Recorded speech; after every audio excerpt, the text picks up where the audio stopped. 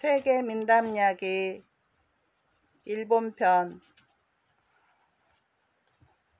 복숭아 동자. 옛날 어느 곳에 할아버지와 할머니가 살고 있었습니다. 그런데 어느 여름날의 일입니다. 할아버지는 산에 나무를 하러 가며 말했습니다. 임자, 다녀오겠소. 할머니는 할아버지를 배웅하면서 예, 저는 어디 냇가에 빨래하러 갔다 올게요 하고 빨래 함지를 들고 빨래하러 냇가로 갔습니다. 할머니는 부지런히 빨래를 했습니다. 그런데 조금 지나자니까 냇물 위에 떴다 가라앉았다 하면서 떠내려 오는 것이 있었습니다. 에구머니, 저게 뭐지? 할머니는 빨래를 멈추고 머리를 가웃거리며 생각했습니다. 그것은 동그란 것이었는데 수박만한 크기였어요. 하얗고 파란가 하면 약간 불그스레하기도 했습니다. 복숭아치고는 너무 크고 호박치고는 너무 예쁜 모양이었어요. 이러한 동안에 그것은 바로 코앞에까지 떠내려왔습니다. 그건 무척 커다란 복숭아였어요. 아이고, 신기한 복숭아로구나. 정말 크고 먹음직스러운 복숭아군. 아니, 너무 훌륭하고 아름다운 복숭아야. 할머니가 이렇게 생각하고 있는 동안에 복숭아는 손 닿을 곳까지 다가왔습니다. 자, 어디 보자. 할머니는 기뻐하며 곧장 손을 뻗쳐 그것을 건져내려 하였습니다. 그런데 이게 웬일일까요? 그것은 너무나 무거워서 쉽사리 건져 올릴 수가 없었습니다. 할머니는 두 손으로 영차 영차 하며 안간힘을 다했습니다. 복숭아를 물에서 건져 위로 들어 올렸을 때 그만 손에서 미끄러져 아래로 떨어져 버렸습니다. 그리고 물속으로 가라앉아 버렸어요. 이거 난처하게 되는 걸, 아까운 것을 그만. 할머니가 이렇게 말하고 있는데 복숭아가 다시 눈앞에 불쑥 솟아났습니다. 아이쿠, 올라왔구나. 이번에는 꼭 건져야지. 자, 가벼워져라 복숭아야. 할머니 손에서 미끄러지면 안 된다. 할머니는 복숭아를 끌어당겨 이번에는 두 손으로 단단히 잡았습니다. 그리고 영차 영차 영차 하는 소리를 길게 내며 겨우 복숭아를 가슴에 안았습니다. 그리고 빨래 함지에 살그머니 내려놓았습니다. 그리고 찬찬히 살펴보았어요. 정말 신기한 복숭아였습니다. 할아버지와 함께 먹어야지. 틀림없이 이제까지 먹어본 적이 없는 맛있는 복숭아일 거야 하고 할머니는 생각했습니다. 그날 저녁 무렵이었어요. 다녀왔어 하고 할아버지가 등에 나뭇집을 가득 지고 돌아왔습니다. 돌아오셨군요. 할머니는 복숭아 이야기를 하고 싶어 안달이 났습니다. 영감, 말씀드릴 것이 있으니 어서 들어오세요. 할아버지는 싱글벙글 웃으며 지게를 내려놓고 손을 씻은 다음 방 안으로 들어갔습니다. 차를 마시면서 보니 도마 위에 굉장히 큰 복숭아가 올려져 있는 것이 아니겠어요? 아, 훌륭한 복숭아로군. 일본 제1의 복숭아겠지? 할아버지가 놀라면서 이렇게 말했습니다. 그리고 벌써 손에 칼을 쥐어들고 있는 할머니를 말렸습니다. 기다려봅시다. 기다려봐. 그렇게 먹어버리기엔 너무 아깝지 않소? 그리고 두 사람은 오랫동안 복숭아를 살펴보았습니다. 그러다 결국 저녁 식사를 하면서도 복숭아를 쳐다보기만 하였습니다. 식사를 마치자 할머니는 상을 치우고 나서 이렇게 말했어요. 영감, 복숭아는 어떻게 할까요? 아직 먹기는 아깝죠? 흐흠 하고 할아버지는 생각하다가 그러면 조금 맛을 보도록 하지 하고 말했습니다. 그래서 할머니는 칼을 쥐었습니다. 그러고 나서 우선 이렇게 하며 복숭아 잎부분에 칼날을 갖다 댔습니다. 두 쪽으로 나눠야겠죠? 그런데 이때 이상한 일이 일어났어요. 그저 칼날을 갖다 댔을 뿐인데 복숭아가 짝 하고 둘로 나눠졌습니다. 아니, 나누어진 것만이 아니에요. 거기에서 응애 응애 하는 소리가 들려오는 것이었습니다. 더욱 놀라운 것은 그 복숭아 속에서 한 아이가 다리를 팔딱거리며 팔을 내젓고 있었던 것입니다. 아이고, 이걸 어쩌지? 할머니가 말하자 이거 참 신기한 일이로구먼. 할아버지가 이렇게 말했습니다. 뒤이어 할머니가 어쩌면 이렇게 귀여운 아기가 이건 정말 신이 내리신 선물이게요. 할아버지가 말했습니다. 그러고 나서 두 사람은 목욕물을 데워서 갓난아기를 깨끗이 닦았습니다.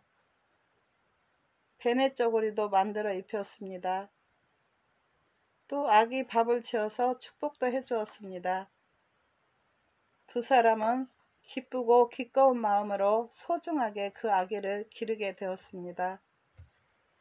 이름도 복숭아 속에서 태어났다 하여 복숭아 동자라고 지었습니다. 복숭아 동자는 무럭무럭 자랐습니다. 태어날 때부터 매우 귀여웠습니다. 그리고 점점 자라감에 따라 영리하고 힘도 세워졌기 때문에 어떤 아이도 복숭아 동자를 이겨내지 못했습니다. 그러니 말할 것도 없이 일본 제1의 어린이가 되었습니다. 더구나 도깨비라도 당해낼 수가 없을 만큼 되었던 것이지요. 그러던 어느 날 복숭아 동자는 할아버지 할머니에게 말했습니다. 할아버지 할머니, 저는 도깨비 섬으로 도깨비들을 처치하기 위해 떠나겠습니다. 도시락에 수수경단을 만들어 넣어 주십시오. 아니야, 그것만은 안 돼. 하고 할아버지 할머니는 무척 놀랐습니다. 그렇지만 사람들을 괴롭히고 못살게 구는 나쁜 도깨비를 처치하는 일이기 때문에 끝까지 말릴 수는 없었습니다. 정 가겠다면 조심하고 살 수 없도록 잘 다녀오너라. 복숭아 동자는 할아버지 할머니에게 인사를 드리고 길을 떠났습니다. 왼쪽 어깨에는 큰 칼을 메고 등에는 길을 꽂고 갔습니다. 깃발에는 커다란 글씨로 일본 제1의 복숭아 동자라고 씌워져 있었습니다. 집을 떠나서 얼마쯤 가자 마을이 나왔어요. 그리고 커다란 개가 달려왔습니다. 복숭아 동자, 복숭아 동자, 그 개가 말했습니다. 옛날의 일이기 때문에 그때는 개도 말을 할 수 있었습니다. 왜 그러지? 복숭아 동자가 물었습니다.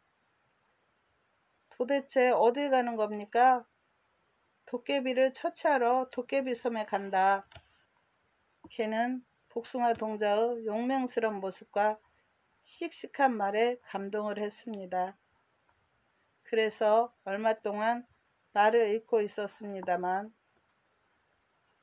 복숭아 동자님, 저도 함께 데려가 주십시오 하고 부탁을 했습니다. 좋아, 그러면 이 수수경단을 먹으면서 따라오도록 해라. 이렇게 말하면서 복숭아 동자는 허리에 차고 있던 수수경단을 하나 꺼내서 개에게 주었습니다.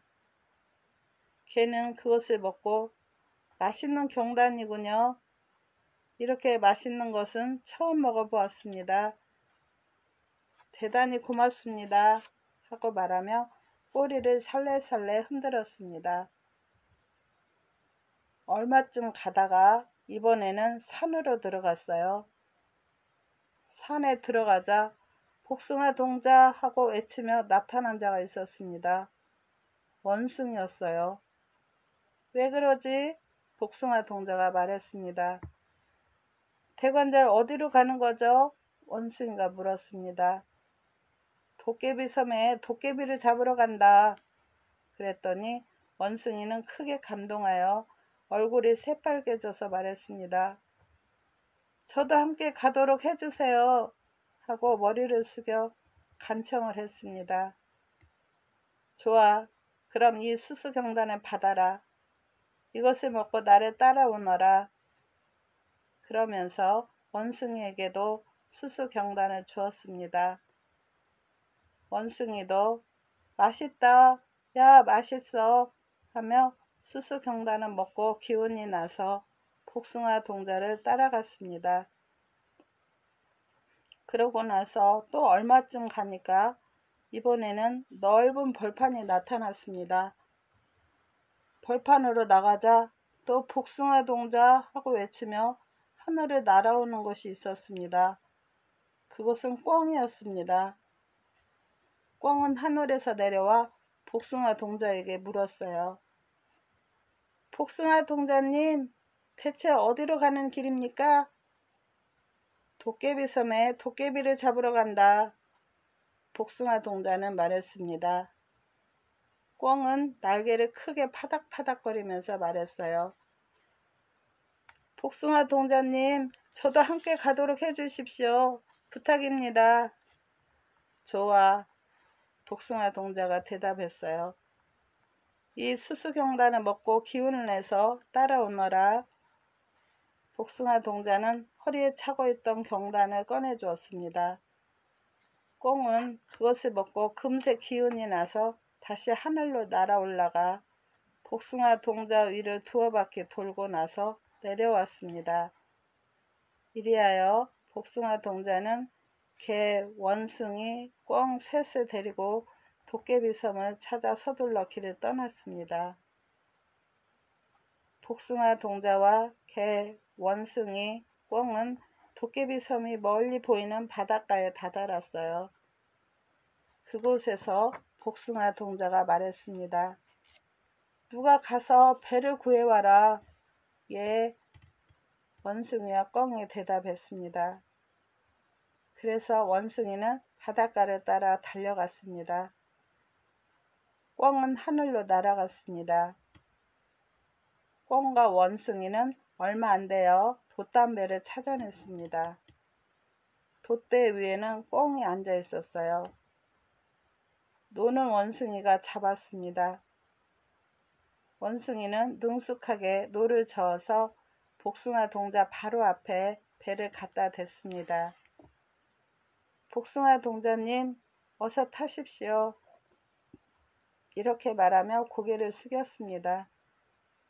그리하여 복숭아 동자와 개는 배에 올라탔습니다. 원숭이는 다시 익숙하게 노를 저어갔습니다. 드디어 도깨비 섬으로 가는 것이었어요. 바다에는 무서운 파도가 쳤습니다. 바람도 세게 불고 있었어요. 그러나 원숭이가 워낙 능숙하게 노를 저었기 때문에 배는 돛 가득히 바람을 받고서 마치 화살처럼 빨리 미끄러져 갔습니다. 꿩은 여전히 돛대 위에 앉아서 왼쪽이다, 오른쪽이다 하며 원숭이에게 지시했습니다. 도깨비 섬으로 가는 방향에서 빗나가면 꿩은 엄하게 말했습니다. 개는 뱃머리에 복숭아 동자의 길을 꽂고 서서 한눈도 팔지 않고 도깨비 섬을 노려보고 있었습니다. 복숭아 동자는 배 한가운데에 서서 해가 그려진 부채를 펴서 천천히 부채질하고 있었습니다. 이렇게 해서 점차 도깨비 섬에 가까이 다가갔습니다. 도깨비 섬은 바위로만 된 섬이었어요. 검은 바위, 갈색 바위, 회색 바위 등 여러 가지 바위들이 겹겹이 얹혀져 있고 울퉁불퉁 들쭉날쭉한 높은 산을 이루고 있었습니다. 도깨비는 그 바위를 자르고 가운데 동굴을 파서 그 안에 살고 있었습니다. 그런 도깨비의 동굴로 가는 데는 터널이 3개 있었어요. 그 터널에는 각기 새로 된 문이 있고 그 문은 잠겨져 있었습니다. 그 문 앞에는 빨간 도깨비, 하얀 도깨비, 까만 도깨비들이 호랑이 가죽으로 된 훈도시를 차고 커다란 쇠몽둥이를 들고 지켜 서 있었습니다. 원숭이가 훌륭하게 노를 저어준 덕분에 복숭아 동자 앞에는 그 첫 번째 철문 앞에 도착을 했어요. 그러자 개가 먼저 성으로 뛰어올라가서 큰 소리로 외쳤습니다. 도깨비 녀석들아, 일본 제1의 복숭아 동자님이 오늘에야 이 섬 도깨비들을 처치하러 오셨다. 못된 도깨비들아, 자 어떠냐? 혼쭐 나기 전에 항복해라. 철없이 까불다가는 살아남지 못할 것이다. 그리고 개, 원숭이, 꿩이 우선 쇠문 앞으로 나아갔습니다. 개가 큰 소리로 외쳤어요. 문 열어라, 문 열어. 이 소리를 들은 도깨비들은 어라, 사람이 쳐들어왔다 하며 문을 단단히 잠그고 안에서 쇠몽둥이를 떵떵 하고 울리면서 절대로 문을 열려고 하지 않았습니다. 그래서 개, 원숭이, 꿩이 복숭아 동자에게 말했어요. 복숭아 동자님, 어떻게 하죠? 쳐들어가자. 공격이다. 우선 꿩하고 원숭이가 쳐들어가 이 문을 안에서 열어라. 복숭아 동자가 말했습니다. 예. 먼저 꿩이 퍼덕거리며 날아 올라가서 문을 넘어갔습니다. 그리고 속에서 대단히 잘난 체하는 도깨비들의 얼굴을 향해서 와락 덤벼들었습니다. 눈을 겨냥해서 덤벼들었던 것이지요. 아야, 이건 견딜 수가 없군. 이거 큰일 났는걸. 도깨비들은 모두들 두 손으로 눈을 비비며 바닥에 주저앉아 버렸습니다. 새 몽둥이를 쳐들고 덤비는 놈은 한 놈도 없었습니다. 그래서 원숭이는 쉽게 가운데 문을 열 수 있었습니다. 자, 복숭아 동자님 들어오십시오. 복숭아 동자와 개는 안으로 뛰어들어가 준비한 맛 좋은 밧줄로 도깨비들을 모두 묶어 놓았습니다. 그러고 난 다음 둘째 문을 향해 갔습니다. 거기서도 개가 문 열어라, 문 열어라 하고 외치며 도깨비들에게 자진해서 항복하도록 했습니다. 항복하지 않을 것을 알자 복숭아 동자는 꿩과 원숭이에게 문을 넘어가도록 해서 또 전번처럼 도깨비들을 묶어버렸습니다. 그러고 나서 마침내 세 번째 문, 즉 도깨비들의 총본부를 향해 다가갔습니다. 여기도 첫 번째 문, 두 번째 문과 마찬가지로 원숭이가 쉽사리 문을 열었습니다. 그러나 그곳에는 도깨비 대장이 있어서 꿩, 원숭이, 개의 힘만으로는 처치하기 어렵게 되었습니다. 도깨비 대장은 굉장히 커다란 빨간 도깨비로서 쇠몽둥이를 들고 물레방아처럼 마구 휘두르는 것이었어요. 거기에 맞으면 산산조각이 나서 어떤 사람이라도 모래처럼 가루가 되어버리기 때문에 아주 무서웠습니다. 꿩, 원숭이, 개가 그 대장을 둘러싸고 멍멍, 끽끽 울상을 지으며 소리를 지를 뿐이었습니다. 복숭아 동자는 다른 도깨비 몽둥이를 손에 들고 그렇다면 일본 제1의 이 복숭아 동자가 상대해주마 에잇 하고 외마디 소리를 지르며 바람을 일으킬 정도로 몽둥이를 휘둘러댔습니다. 어찌나 날래고 강하게 휘둘러대는지 마치 번쩍하고 불꽃이 튀는 듯 했습니다. 그러면서 복숭아 동자는 몽둥이를 휘두르며 도깨비 대장 쪽으로 점점 가까이 다가갔습니다. 그러자 딱딱 하는 소리가 났어요. 도깨비 대장의 새 몽둥이가 복숭아 동자의 몽둥이에 부딪혀서 산산조각이 나버렸습니다. 모래 흙처럼 가루가 되어버린 것이지요. 이것을 보자 도깨비 대장이 질겁하여 복숭아 동자 앞에 무릎을 꿇고 앉아 머리를 숙이고 말했습니다. 복숭아 동자님, 용서해 주십시오. 이제 다시는 나쁜 일을 하지 않겠습니다. 사람들에게서 빼앗아 온 보물은 모두 되돌려 주겠습니다. 이 섬에서 물러나 먼 곳으로 가겠습니다. 먼 곳에서 좋은 도깨비가 되어서 살겠습니다. 그래서 복숭아 동자는 꿩, 원숭이, 개와 의논했습니다. 어떻게 하지? 복숭아 동자가 묻자 셋이 말했습니다. 용서해 주어야겠죠? 복숭아 동자는 도깨비를 용서해 주었습니다. 그래서 배 가득히 되돌려 받은 보물을 싣고서 돛을 팽팽하게 펼쳐서 돌아왔습니다. 원숭이가 익숙하게 노를 쳤고 꿩이 돛대 위에 앉아서 망을 보았습니다. 개는 뱃머리에 복숭아 동자의 길을 세워놓고 복숭아 동자는 배 한가운데서 해를 그린 부채를 펴들고 천천히 가슴에 부채질을 했습니다. 할아버지 할머니가 복숭아 동자를 맞이하여 얼마나 기쁘셨겠습니까?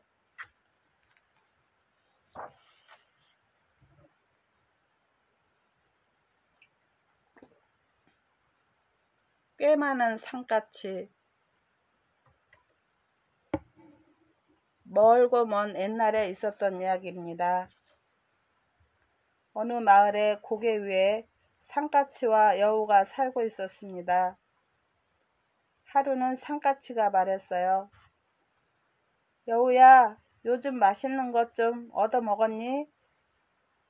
그러자 여우가 말했습니다. 무슨 소리냐?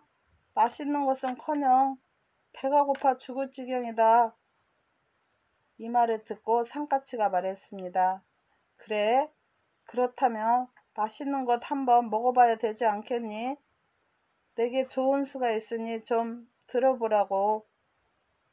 조금 있으면 이 길로 생선장수가 지나갈 텐데 너는 이 근처 숲속에서 숨어 있거라. 내가 생선장수를 멋지게 홀려낼 테니까. 어때? 좋은 생각이지? 그래서 여우는 근처의 숲속에 몸을 숨기고 있었습니다. 이윽고 생선장수가 다가왔어요.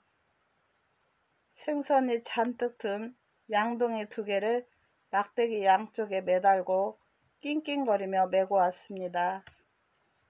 그때 갑자기 산까치가 깍깍 하고 울어댔습니다. 생선장수는 갑작스러운 소리에 멈칫하며 놀랐습니다. 바로 생선장수 옆에서 산까치가 울어댔기 때문이에요.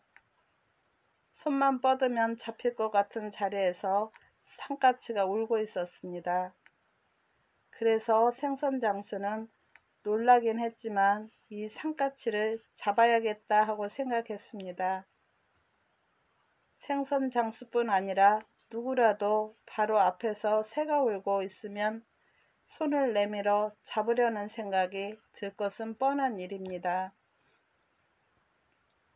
생선장수는 산까치를 잡기 위해 어깨에 메고 있던 양동이를 내려놓았습니다. 그리고 살며시 산까치가 앉아있는 나뭇가지로 다가갔어요. 손가락을 살며시 펴고 산까치 뒤로 손을 뻗쳤습니다. 이제는 산까치를 잡은 거나 다름없다고 생선장수는 생각을 했어요. 그러나 바로 그 순간 산까치는 푸드덕하고 다른 가지로 옮겨 앉아 버렸습니다. 다른 나뭇가지라 해도 두어 걸음밖에 떨어지지 않은 곳이었어요. 그래서 생선 장수는 다시 살금살금 다가갔습니다. 또 한쪽 손을 뻗치고 손가락을 벌렸습니다. 이번에는 잡혔구나 하고 생각하는 순간 산까치는 또 푸드덕하며 다른 나뭇가지로 옮겨 앉아 버렸습니다. 쯔쯔쯔. 생선 장수는 안타까운 듯 혀를 차면서 두세 걸음 그쪽으로 따라갔습니다. 그리고 또 한쪽 손을 살그머니 올렸습니다. 그러나 이번에도 산까치는 푸드덕하며 옮겨 앉는 것이었어요. 잡았다고 생각하는 순간에 산까치는 옮겨갔습니다. 이러느라고 생선 양동이에서 생선 장수는 점점 멀어지게 되었어요. 한참 동안 생선은 까맣게 잊어 산까치를 쫓아다니게 된 것이죠. 그러다가 산까치가 먼 곳으로 날아가 버리자 생선 장수는 퍼뜩 정신이 들었습니다. 그래서 생선 양동이를 놓아둔 길가로 부랴부랴 달려왔습니다. 하지만 이미 그 양동이에는 생선이 한 마리도 없었습니다. 여우가 전부 훔쳐간 것이지요. 허허, 이거 참 어리석은 짓을 했네. 여우에게 속아 넘어간 게 틀림없어. 생선 장수가 이렇게 말하며 분해했지만 어떻게 할 도리가 없었어요. 그래서 생선 장수는 빈 양동이를 어깨에 메고 여우란 놈 어디 두고 보자 하고 중얼거리면서 돌아갔습니다. 생선 장수가 돌아간 뒤 산까치는 여우가 있는 곳으로 돌아왔어요. 그리고 여우에게 말했습니다. 여우야, 어떠냐? 생선을 멋지게 해치웠지? 그러자 여우는 그래, 너가 잘해주었기 때문이지. 아주 맛있게 먹었어 라고 말했습니다. 산까치는 여우에게 다시 물었어요. 그래, 내 몫은 남겨놓았겠지? 그러자 여우는 응, 나는 살이 붙은 쪽을 먹었고 너에게는 뼈 있는 쪽을 남겨두었어. 이 말을 듣고 산까치는 정말 크게 화가 났습니다. 하지만 화가 난 표정을 감추고서 그랬니? 하지만 나는 뼈를 먹을 줄 모르니 미안하구나 하고 말했어요. 하지만 마음속으로는 여우를 한번 단단히 혼을 내주어야겠다고 생각하고 있었습니다. 그 일이 있은 지 며칠 후에 지난번에 그 생선 장수가 또 근처를 지나가게 되었어요. 이번에도 양동이에는 생선을 가득 채워 가지고 있었습니다. 그것을 보고 산까치가 말했습니다. 여우야, 저것 좀 봐. 지난번에 그 생선 장수가 또 오고 있어. 어때? 또 한번 생선으로 포식을 할 기회가 온 것 아니냐? 여우는 생선이 몹시 먹고 싶어져서 좀이 쑤시 지경이었어요. 그래, 좋아. 한번 해보자 하고 말했습니다. 그러자 산까치는 그럼 여우야, 이번에는 너가 말뚝처럼 여기에 서 있고 나는 그 위에서 유인을 하기로 하자 하고 말했습니다. 그래서 여우는 말뚝처럼 길 옆에 우뚝 서 있고 산까치는 그 위에 앉아서 깍깍 하고 울었습니다. 생선 장수는 오라, 요전번에 그 산까치란 놈이 또 여기서 울고 있구나 하고 생각을 했습니다. 오냐, 이번에는 내버려 둘 수가 없지. 본때를 보여주마 하고 혼잣말로 중얼거리며 생선 양동이를 내려놓았습니다. 그리고는 메고 있던 긴 작대기를 움켜쥐고 머리 위로 높이 치켜 올려 산까치가 있는 쪽으로 살금살금 다가갔습니다. 그리고 정확하게 산까치를 겨냥해서 에잇 하고 소리를 지르며 힘껏 내리쳤습니다. 산까치는 미리 예상하고 있던 참이라 작대기를 내리치는 것을 보자 푸드덕하며 공중으로 날아가 버렸습니다. 그러자 돌아서 있는 여우는 작대기가 날아오는 것을 알 리가 없었어요. 삼가치는 공중으로 날아갔지만 생선장수의 작대기는 말뚝처럼 서 있는 여우의 머리 위로 사정없이 떨어졌습니다. 탁 하는 소리가 커다랗게 났습니다. 여우는 굉장히 놀랐어요. 아니, 놀라기만 했겠습니까? 너무도 아파서 견딜 수가 없었습니다. 캥, 캥 소리를 질러대면서 걸음아 날 살려라 하고 산으로 도망을 쳤습니다.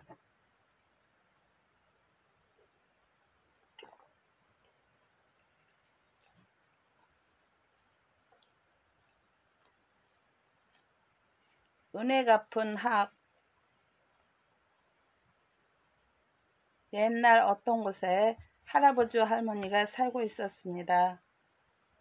이들은 몹시도 가난했지만 마음씨는 착한 사람들이었어요.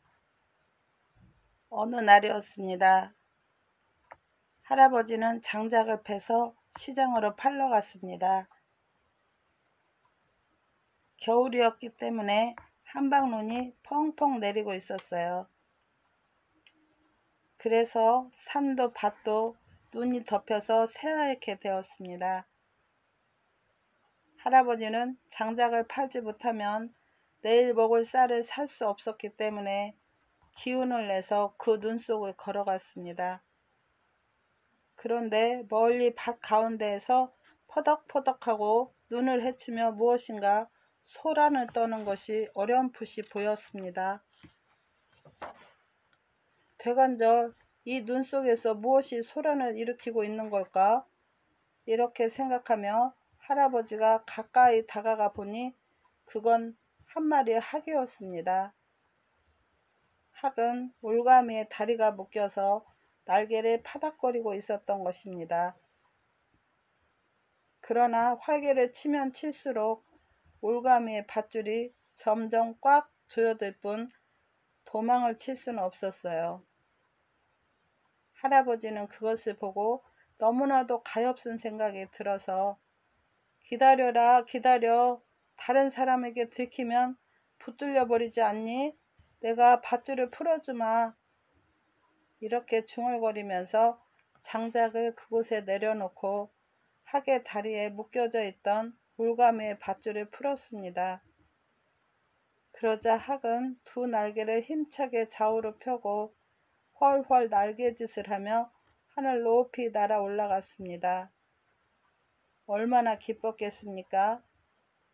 학은 까우 까우 하고 높이 소리쳐 울면서 할아버지의 머리 위를 3번 돌고는 먼 산 쪽으로 날아갔습니다. 할아버지는 그 학이 산 쪽으로 점점 멀어져 가고 마침내 산을 넘어가 보이지 않게 될 때까지 학을 바라보고 있었습니다. 학이 보이지 않게 되자 할아버지는 한마디 말을 했습니다. 좋은 일을 해주었군. 어떻든 오늘은 운이 좋은 날인 것 같아. 할아버지는 기분이 좋아져서 그제야 다시 장작을 지고서 시장으로 나갔습니다. 장작들 필요 없습니까? 장작 사시오 하고 눈속을 헤치면서 시장을 걸어 다녔습니다. 학을 도와줘 좋은 일을 했다고 생각하니 더욱 힘이 났습니다. 이윽고 장작을 모두 팔아치우고는 집으로 돌아왔습니다. 그런데 집에 돌아오자 갑자기 몸이 으실으실한 느낌이 들어서 아, 춥다 추워 이렇게 말하며 화로에 손을 째면서 문 밖을 살펴보았습니다. 그러고 나서 오늘 있었던 일을 할머니에게 말했어요. 할멈, 내 오늘 좋은 일을 했거든. 학을 도와주었다는 이야기입니다. 할머니도 그 이야기를 듣고는 정말 좋은 일을 해주었군요 하고 할아버지와 함께 기뻐했습니다. 그러는 동안에 밤은 더욱 깊어갔습니다. 저녁밥 준비를 해야 할 시간이 되었던 것이지요. 어디 저녁 식사 준비라도 해볼까? 할머니가 이렇게 말하며 일어섰을 때였습니다. 출입문을 똑똑 두드리는 사람이 있었어요. 귀를 기울여서 들어보니 실례합니다. 실례합니다. 하는 상냥한 목소리가 들렸습니다. 이 많은 눈속을 헤치고 도대체 누가 찾아온 것일까 하며 이상하게 생각하고 누구시오? 하면서 문을 열어보니 그곳에는 눈을 뒤집어 써서 새하얗게 된 사람이 서 있었습니다. 어머나, 이렇게 눈이 오는데 오죽 춥겠어요. 자, 빨리 들어오시오. 할머니가 말하자 예, 감사합니다. 정말 실례합니다. 이렇게 말하며 들어오는 사람을 보니 17, 18세쯤 되어 보이는 예쁘고 귀여운 처녀였습니다. 그래서 할아버지가 눈이 이렇게 많이 오는데 어디 사는 처녀가 무슨 일로 이렇게 찾아온 거요? 하고 묻자 그 처녀는 이렇게 대답을 했어요. 예, 저는 이 앞에 시장에 아는 사람이 있어서 그곳을 찾아가는 길입니다. 그런데 이렇게 큰 눈이 오는 날도 어두워져 길을 찾을 수가 있어야죠. 정말 난처하게 되었습니다. 그러니 참으로 죄송합니다만 동당이나 창고 한 구석이라도 좋으니 오늘 하룻밤 신세를 지게 해주십시오. 이 말을 듣고 할아버지는 할머니와 함께 의논을 했습니다. 그것 정말 난처한 노릇이군. 묵게 해주는 거야 어려울 것이 없지만서도. 할멈, 그러니 이걸 어떻게 하지? 할머니도 말했습니다. 그러게요. 묵게 하는 것은 당연한 일이지만 집이 워낙 가난해놔서 이불도 없고 먹을 것도 시원찮으니 그것이 마음에 걸리는구려. 이 말을 듣고 난 처녀가 말했습니다. 천만의 말씀입니다. 그저 묵게만 해주신다면 저는 이부자리가 없어도 괜찮습니다. 먹을 것도 아무 것이나 괜찮고요. 이 말을 듣고 할머니가 말했습니다. 그렇게만 생각한다면야 그럼 어서 들어와 불이라도 쬐지요. 처녀는 크게 기뻐하면서 발을 닫고 안으로 들어갔습니다.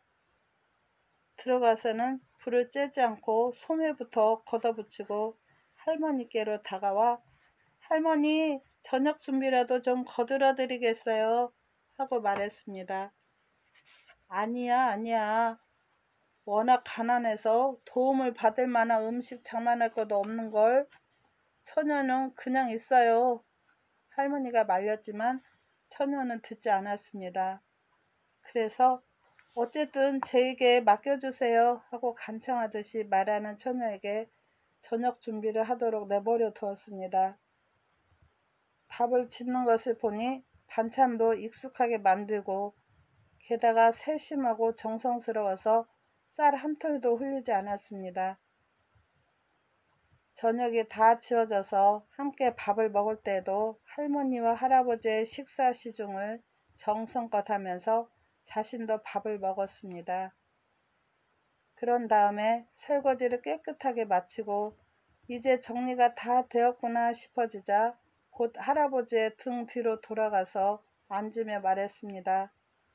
할아버지, 낮에 피곤하셔서 어깨와 허리가 아프실 거예요.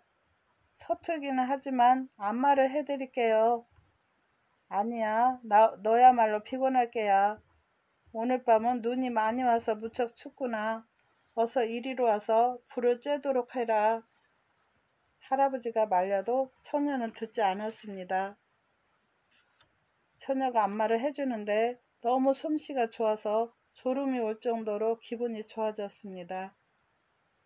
할아버지가 끝나자 이번에는 할머니에게도 안마를 해드렸어요.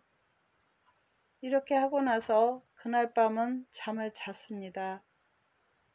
아침이 되자 처녀는 할아버지 할머니보다 일찍 일어나서 벌써 화로에 불을 피워놓고 봉당의 청소도 끝내고 밥도 다 지어놓았습니다. 처녀는 할머니가 손에 물 한 방울 묻히지 않을 만큼 부지런했어요. 그런데 그날도 눈이 많이 와서 문을 열 수조차 없었습니다. 할 수 없이 처녀는 그날도 묵게 되었습니다. 다음 날도 또 그 다음 날도 폭설이 계속되어서 결국 처녀는 4, 5일이 넘도록 그곳에 묵게 되었습니다. 그러자 어느 날 그 처녀가 말했어요. 저 할아버지 할머니 한 가지 청이 있는데요. 이렇게 말하며 무척 거북했습니다.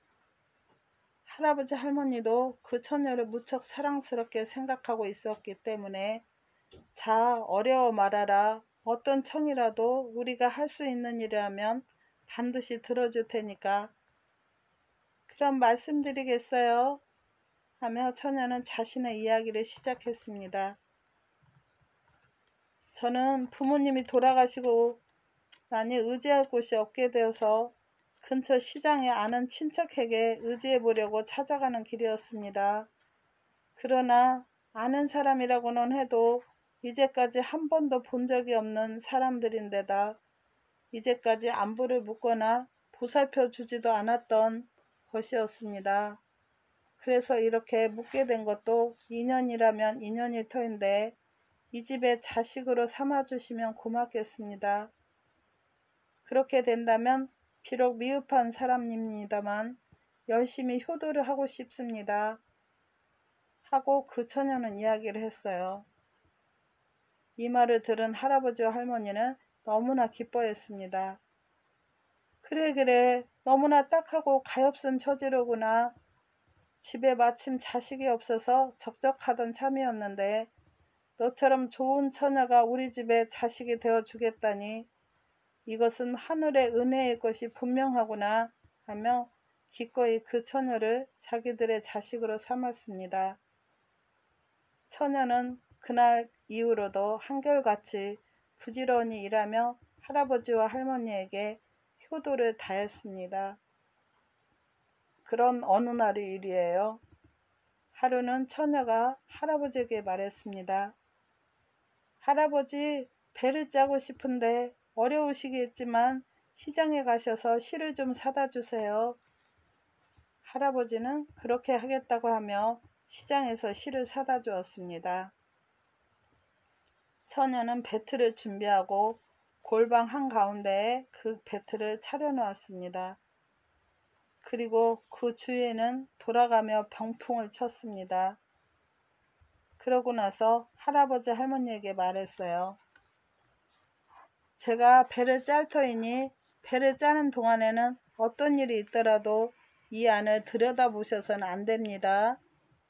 제발 안을 들여다보시지 마세요. 할아버지 할머니는 좋아 어떤 일이 있더라도 엿보지는 않을 테니까 안심하고 배를 짜도록 해라 하고 대답해 주었습니다. 그러자 처녀는 병풍 안으로 들어가서 배를 짜기 시작했습니다. 할아버지와 할머니는 화로 옆에서 그 배 짜는 소리를 듣고 있었어요. 그런데 병풍 안에서 끼, 톡, 파닥파닥, 끼, 톡, 톡 하는 소리가 흘러나왔습니다. 아무래도 이상한 소리였습니다. 두 사람은 주의하여 보고 있었어요. 그날 처녀는 밥도 먹지 않고 열심히 배를 짰습니다. 밤이 되자 배틀에서 물러나왔어요. 그러더니 다음 날도 또 그 병풍 속에서 끼, 톡, 파닥파닥, 끼, 톡 하고 열심히 일만 했습니다. 3일째 밤이 되었습니다. 배틀에서 천을 푸는 소리가 나더니만 처녀가 병풍 속에서 나와 할아버지 할머니 잠깐 이걸 보아주세요. 이게 제가 짠 천이거든요. 하며 한 필의 옷감을 두 사람 앞에 내밀었습니다. 할아버지와 할머니가 그래 하며 손에 받아들고 보니 번쩍번쩍 빛나는 새하얗고 무척 아름다운 옷감이었습니다. 어쩌면 이렇게 훌륭한 옷감을, 이제까지 이런 옷감은 아직 한 번도 본 적이 없구나. 두 사람은 감탄을 했습니다. 이것은 능나라는 것입니다. 내일은 이것을 시장에 가지고 가서 팔아 그것으로 다시 실을 사다 주세요. 하고 처녀가 말했습니다. 그리하여 다음 날이 되자 할아버지는 그것을 가지고 시장에 가서 능나를 사세요. 이 능나가 어떻습니까? 하고 외치며 다녔습니다. 그러자 마침 그곳을 지나가던 영주가 보고는 능라는 진귀한 것이다. 어디 한번 보자 하고 말했어요. 할아버지가 보여주자 이것은 매우 훌륭한 비단이다. 내게 팔도록 해라 하며 많은 금화를 주었습니다. 할아버지는 많은 금화를 보고 깜짝 놀랐습니다. 그것으로 새 실과 처녀와 할머니에게 줄 선물 등 많은 물건을 사가지고 집으로 돌아왔습니다. 그렇게 되자 집안은 기쁨으로 가득 찼습니다. 다음 날이 되자 처녀는 준비를 하고 들어가서 예전처럼 끼톡 파닥파닥 하며 천을 짜기 시작했습니다. 그리고 3일째가 되자 전보다 더 아름다운 비단을 짜냈습니다. 할아버지는 그것을 가지고 시장으로 가서 영주에게 보여드렸습니다. 그래서 또 많은 금화를 벌었습니다. 할아버지는 크게 기뻐하며 우리 집 처녀는 정말 대단한 아이야 하고 생각을 했습니다. 이번에는 실과 선물을 많이 사가지고 돌아왔어요. 그러자 처녀는 다시 세 번째 배짜기를 시작해서 끼톡 파닥파닥 하며 소리를 내었습니다.